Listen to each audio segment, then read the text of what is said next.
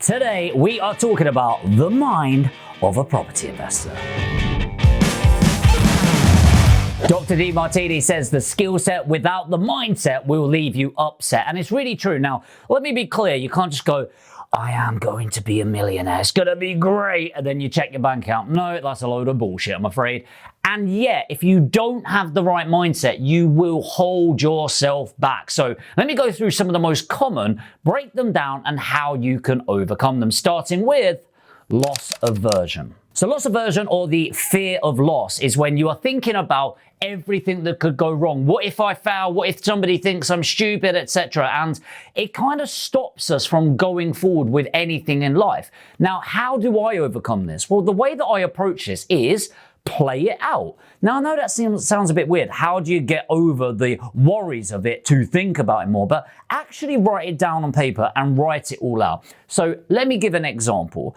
If I lost everything, if it all went terribly wrong, let's say, for example, I wanted to do deal packaging. Well, deal packaging is very low entry. I might invest a few thousand. Let's say I invest £5,000 into my education, my compliance, and some marketing to draw in. Let's say it all turns to shit. I get absolutely nothing from it. Maybe I put the £5,000 on a credit card, let's say, which cost me, I don't know, £100 a month, which it won't be much more. So the absolute worst case scenario is I invest a little bit of time and I have to invest £100 a month until the credit card's paid off. Now, when I play that out, is that an ideal situation? No. Is it a likely situation? Also no. But is it a terrible situation? Also no. And if you're in a situation where you genuinely are looking at that going, oh my God, that would be awful, it probably isn't for you if that's a level of risk you can't tolerate. So that's the worst case for me. Then what I like doing is, what if it goes right? Instead of thinking about, what if this happens? What if it goes wrong? What if it goes right? What if I do nail it? What if I actually do get 10, 20 grand a month? What if I do create financial freedom? And then suddenly that's up there. And very quickly, when you play out your loss aversion, you realize that your downside is fairly protected and your upside is infinite. I'm guessing you can't even see how high it is. That's what we're playing at in this game. And when we sort of look at loss aversion, we kind of shy away from it. Like, don't even think about it. So no, think about it, play it out, and realize it's absolutely okay. Flipping that on its head a little, this one may shock you. Fear of success. Oh, what? Why would I be scared of being successful? Well, actually, this is more common than you think. Around 30% of people have a fear of success. Let me give you some examples. So this plays out in business, relationships. Okay, those people in relationships where you get to a certain point of commitment and then you self-sabotage the relationship. Same happens in business where it's usually caught from the past and you're bleeding into the future. So when you're wounded from the past, if you don't heal up, it bleeds into who you are today in the future, right? So there's a short term and a long term of this. First of all, it's acknowledging where the fear is. Now, it's not actually fear of the ultimate result. It's fear of the journey. So, for example, in property, the fear is, what if my marketing towards investors actually works and they want to talk to me on the phone? Oh my God, what am I going to say? Oh my God, what if I have a conversation with an investor and they actually want to work with me and I can't facilitate the service? And it's, oh my God, oh my God, oh my God.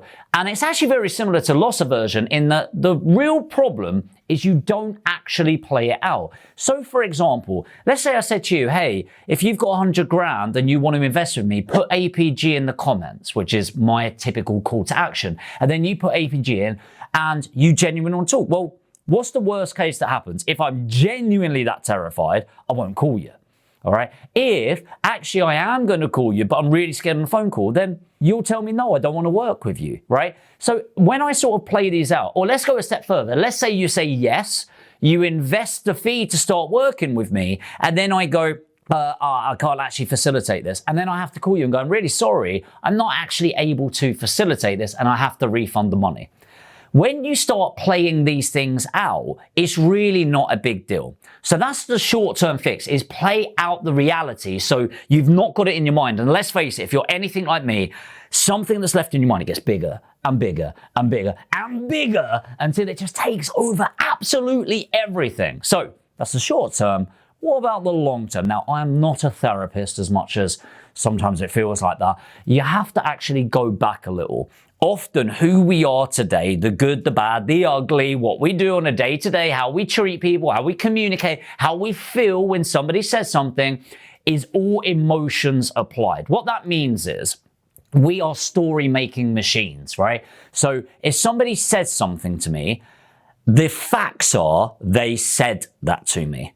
And then everything else, like they were a dick, they were rude, they were abrasive, they were this, they were that. That's all my emotions applied to it. So I'm applying meaning. And where does that meaning come from?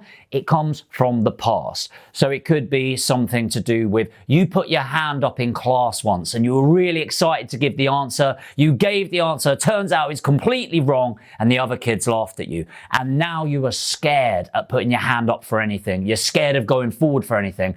And the way that you look into this is you have to go into the past. You have to get complete on it. Now, this isn't the video talking about completion and things like that, but getting complete on things in the past is super important to leave it in the past. Who you were in the past doesn't need to dictate who you are in the future, but the only way you can guarantee that is by getting complete and leaving it there.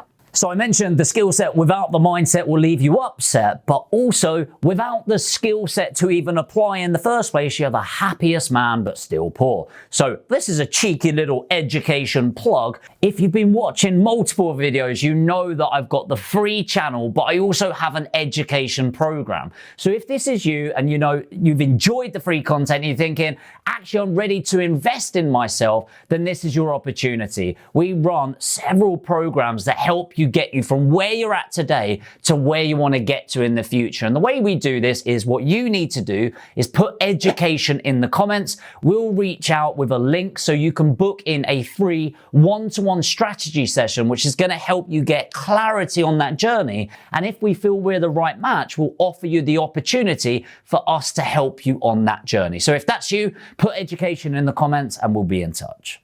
The next one is anchoring. So anchoring kind of works. It's a deep psychological association. So I'll give the most common one is Pavlov's dog. If you've never heard of it, what it is Pavlov owns a dog. And what he does is when he feeds the dog, obviously these big dogs, they salivate everywhere, drooling, and he rings a bell. Okay. And then eventually the dog, when he hears the bell, knows it's for food. Slowly but surely, Pavlov removes the food. And yet when he rings the bell, the dog gets excited, starts salivating because he's made the link in there. As incredible as the brain is, it has something called neuroplasticity. What that means is we can shape the brain and we can mold it. And it's kind of weird thinking about that. Like to even think about doing that, the brain is allowing me to think that. And then because now I know that, I can control the brain. But it's very factual. So you mold your brain into getting successful. So how do you do this? It's with anchoring. The way that we do it with success is that you anchor a future point in time. So what you do is you create your goal, you associate with it what will happen. How am I going to feel? How am I going to feel mentally, emotionally? Who am I going to be able to provide for? And then you anchor a reward to it.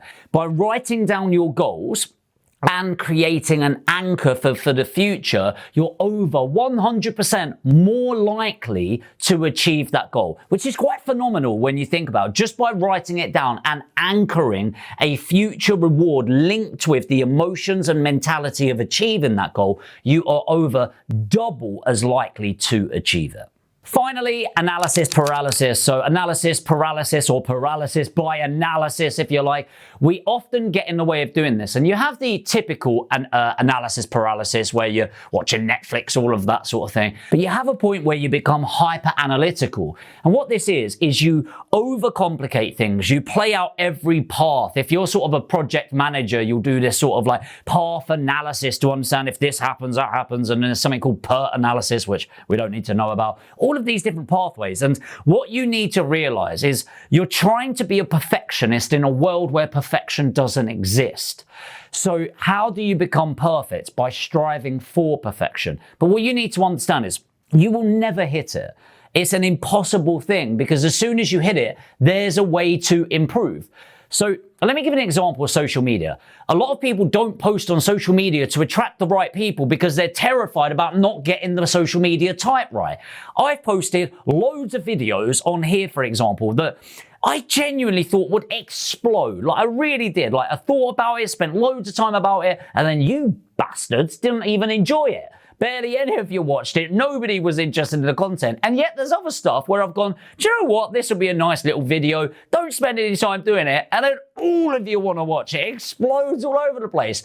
Now, the truth is, the only way for me to create better content is for your feedback. How many likes? How many comments do you guys leave? How many of you guys that are watching that are new to this subscribe to the channel? Hint, hint, by the way. And then that's going to give me feedback on what type of content I can create. So instead of having analysis paralysis, I would spend an hour mapping out what you think is a good idea and then implement. And what you do is you create feedback cycles. So say there's 8 stages in what you're implementing. Implement stage 1 and write one piece of feedback on what you can improve next time. Then move to stage 2. One piece of feedback to improve next time, stage 3. And you constantly do that. And this is the 1% movement. If you improve by 1% a day, the compound effect hits in, and you can do the numbers on your own. 1% a day compounded day on day is 3,700% growth on an annual basis, which is really hard to comprehend, but you do the numbers. So those are my top 4 mindset hacks that I find often gets in my way the most and how I overcome them. But hey, this isn't about me. This is about you. Hopefully it's been of value, this video, but let me know what's a mindset hack that you have to accelerate your journey. If you're new to the channel and you want to find out more about mindset, investment, and everything property, then make sure to hit the subscribe and the notification bell to make sure you're notified when new videos come out. Make sure to hit the like button if you did get value, and let me know what you thought in the comments. And of course, I'll see you in the next video.